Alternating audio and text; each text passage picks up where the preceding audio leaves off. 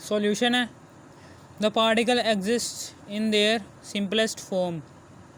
Particle कौन से होते हैं वो सिंपलेस्ट फॉर्म में एग्जिस्ट करते हैं, ठीक है ना। फॉर एग्जांपल मॉलिक्यूल हैं और आइंस हैं, इनका डायामीटर जो सा है वो डायामीटर देखते हैं। डायामीटर 10⁻⁻8 सेंटीमीटर है मॉलिक्यूल और आइंस का, और ये सिंपलेस्ट फॉर्म है। किससे पार्टिकल्स जो से हैं वो छोटे हैं, क्योंकि यहाँ पर देखो कोलाइड्स में the particles are large consisting of many atoms ions और मॉलिक्यूल्स। इसके जो से पार्टिकल्स हैं वो बहुत बड़े बड़े हैं, इसमें एटम्स आइंस और मॉलिक्यूल्स हैं बहुत बड़े बड़े हैं पार्टिकल्स, ठीक है ना। एज़ कम्पेयर टू इसके सॉल्यूशन से तो बड़े बड़े हैं, लेकिन सस्पेंशन से बड़े नहीं हैं, सस्पेंशन से छोटे हैं कोलाइड। और इससे हम, ठीक है ना, समझ आ गई। एटम्स आयंस और मॉलिक्यूल्स इसके बड़े हैं एज़ कम्पेयर टू सॉल्यूशन, और इसका डायमीटर क्या है 10⁻⁻5 सेंटीमीटर। इसका डायमीटर है 10⁻⁻5 सेंटीमीटर। पार्टिकल्स लार्ज हैं इसके पार्टिकल्स बड़े हैं। 10⁻⁻5 सेंटीमीटर है, यहाँ पर -8 सेंटीमीटर है। आप हमेशा याद रखना कि जैसे ही माइनस में कोई जो कांस्टेंट नंबर है वो बढ़ता चला जाता है, इसका मतलब क्या है कि वो छोटा हो रहा है। माइनस में छोटा हो रहा है, जबकि प्लस में ऐसा नहीं होता। जब प्लस में कांस्टेंट नंबर 1 से 2, 2 से 3, 4, 5, 6, तो इसका मतलब क्या है वो बढ़ रहा है। कि जब माइनस में आता है, माइनस में यहाँ पर 5 है, -5 का मतलब क्या है ये बड़ा है, -8 का मतलब क्या है ये छोटा है, ठीक है ना। ये -5 है, ये छोटा है। इसका डायमीटर होता क्या है, डायमीटर होता है, ये डायमीटर का सिंबल होता है। डायमीटर का सिंबल, ये सिंबल से पता चल रहा है कि यहाँ से लेकर यहाँ तक सर्कल के अंदर तक का जो सा रास्ता है इसे कहते हैं हम डायमीटर। सरफेस से, सर्कल की अंदर से दूसरे, यानी कि सर्कल का जो सा डायमीटर सेंटर से ये कुतर होता है, इसे हम कुतर कहते हैं, ठीक है ना। और इसे कहते हैं डायमीटर। ये डायमीटर जो सा होता है इसमें छोटा है, सॉल्यूशन में छोटा है, इसमें कोलाइड्स में उससे बड़ा है, सॉल्यूशन से बड़ा है, और इसमें सबसे बड़ा है। और होमोजेनियस मिक्सचर आपको मैंने बताया पिछले लेक्चर में कि ये होमोजेनियस मिक्सचर होता है। इसमें कंपोनेंट्स जो उनसे होते हैं वो यूनिफॉर्म कॉन्स्टेंटली हल हुए होते हैं। या हेट्रोजेनियस मिक्सचर होता है। Particles do not settle down for a long time, लंबे अरसे के लिए जो पार्टिकल्स होते हैं वो नीचे बैठे नहीं हुए होते, क्वाइट स्टेबल। फिर इसी तरीके से heterogeneous mixture, particles undissolved settle down at beaker में सेटल डाउन नहीं होते, पार्टिकल्स उनसे होते हैं वो सेटल डाउन नहीं होता बीकर के अंदर। यानी कि ये जो उनसे पार्टिकल्स हैं ना ये भी हेट्रोजीनियस ही होते हैं, ये होमोजेनियस मिक्सचर होता है। मैंने होमोजेनियस मिक्सचर और हेट्रोजेनियस मिक्सचर पीछे बताया हुआ है कि होमोजेनियस मिक्सचर जो सा होता है इसकी जो सी कॉम्पोजिशन होती है वो यूनिफॉर्म होती है। यानी कि जब आप पानी में शुगर डालते हैं और उसे हल करते हैं अच्छी तरीके से तो पानी को पीते हैं। अगर आप जामे शीरी को रहने तो चीनी को डालते हैं तो आप देखेंगे कि पानी जो सा है वो आप इक्वल अमाउंट में हल हुआ होगा। चीनी पानी में इक्वल अमाउंट हमें हल हुई होगी। जैसे शुरू में पानी का जायका होगा वैसे ही दरमियान में पानी का जायका होगा, वैसे ही एंड में।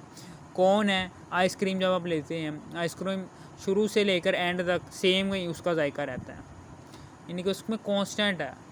पार्टिकल्स की डिस्ट्रीब्यूशन क्या हुई है, कांस्टेंट हुई हुई। इसी तरीके से हेट्रोजीनियस में क्या होता है, हेट्रोजीनियस में पार्टिकल्स की पार्टिकल्स जो होते हैं वो कॉन्स्टेंटली डिज़ोल्व नहीं होता। मिसाल के तौर पर रेत है, मिसाल के तौर पर आप सैंड है, सैंड के बाद सलाद है, सलाद के बाद सूप है, वेजिटेबल सूप।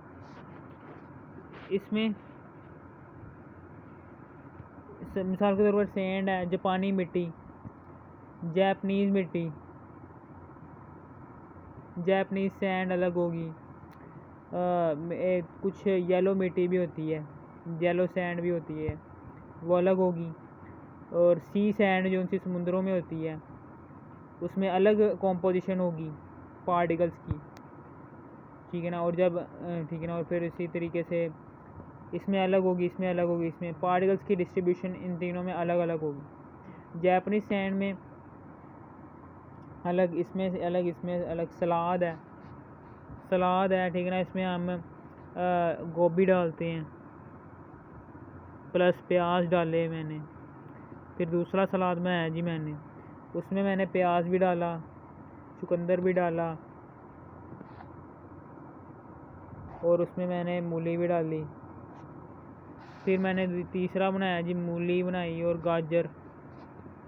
ये तीनों में कॉम्पोजिशन जो उनसे पार्टिकल्स की, पार्टिकल हैं गोभी पार्टिकल, ठीक है ना, इसको पार्टिकल लगा लो। इन तीनों में जो उनकी कॉम्पोजिशन है वो मुख्तलिफ है।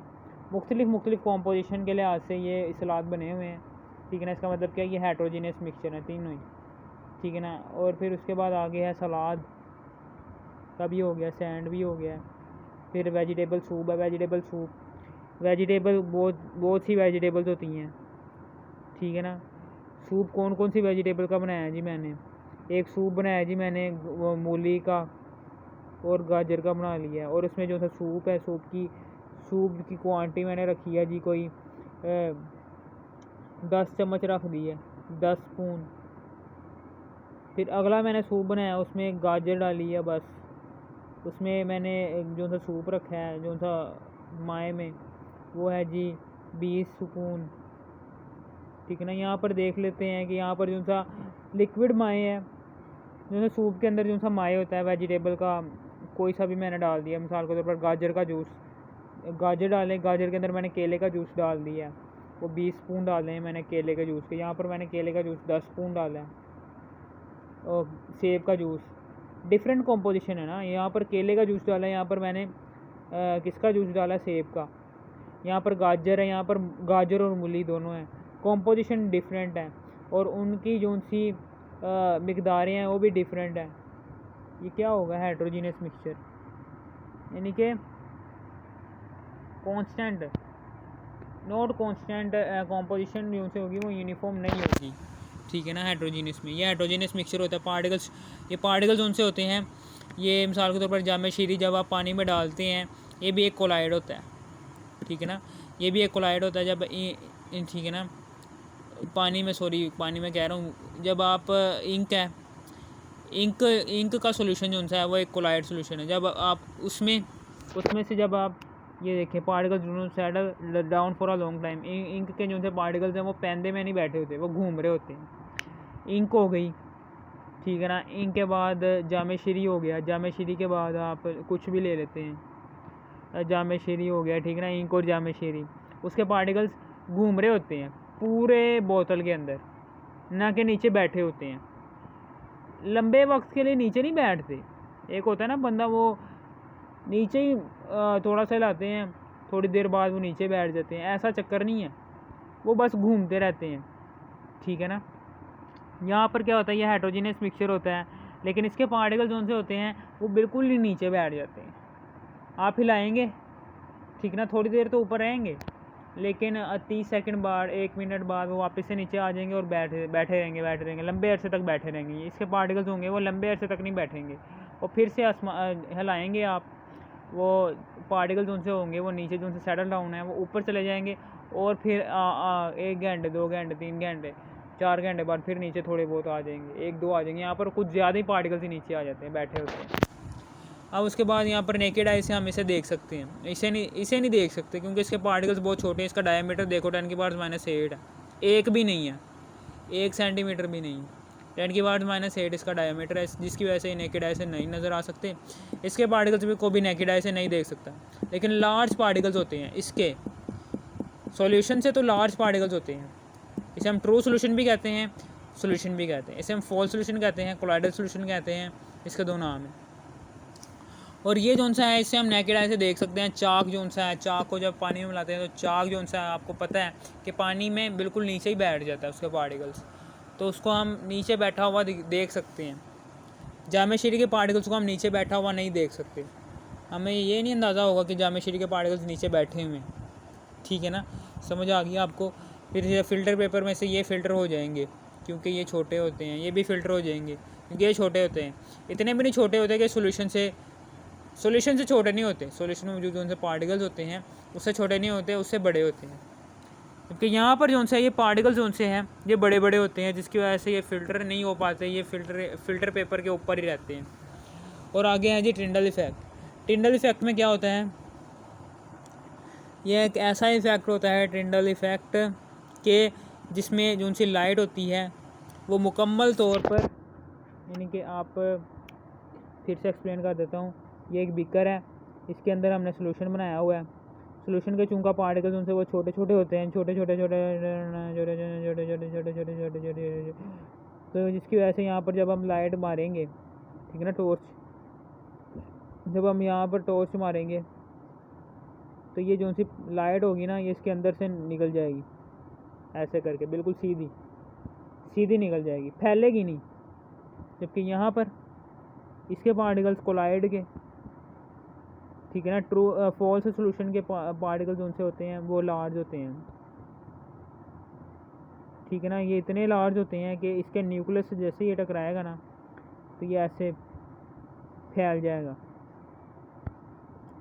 ये लाइट ऐसे करके फैल जाएगी, फैलती हुई दिखाई देगी। आप ये तजर्बा भी कर सकते हैं कि ये इंक लें, ठीक है ना, इंक को बहुत ज़्यादा, इंक को एक बीकर में डालें और एक मोमबत्ती, एक लाइट जला दें, आपको लाइट फैली हुई नज़र आएगी। यहाँ पर दीवार के ऊपर वो लाइट जो सी होगी वो पूरी फैली हुई होगी। यहाँ पर लाइट जो सी होगी वो सिर्फ इतना सा ही बनाएगी, यानी कि ये यहाँ पर जो सी लाइट होगी वो ऐसे करके बनाएगी, देखें ऐसे फैली होगी दीवार के ऊपर। लाइट बंद करें, इंक को पूरा बीकर से भर लें, बीकर में पूरी इंक भर लें, और जब आप लाइट यहाँ से मारेंगे तो दीवार पर एक पूरा बहुत बड़ा सर्कल बनेगा। इसका मतलब क्या है कि लाइट जो सी वो फैल चुकी है। अब यहाँ पर चौक लें, चौक जो सा है वो इसके अंदर डालें, ठीक है ना, पानी के अंदर, H2O के अंदर। जैसे ही चौक इसके अंदर डालेंगे तो ये पानी जो सा है, चौक जो सा है, ये इसकी जो सी लाइट है इसको रोक लेगा, इसको बाहर नहीं जाने देगा, यानी कि ये फैलेगी नहीं, नोट फैलना, नो नहीं फैलेगी नहीं, बस ये रुक जाएगी, ठीक है ना। बस आपने ये याद रखना।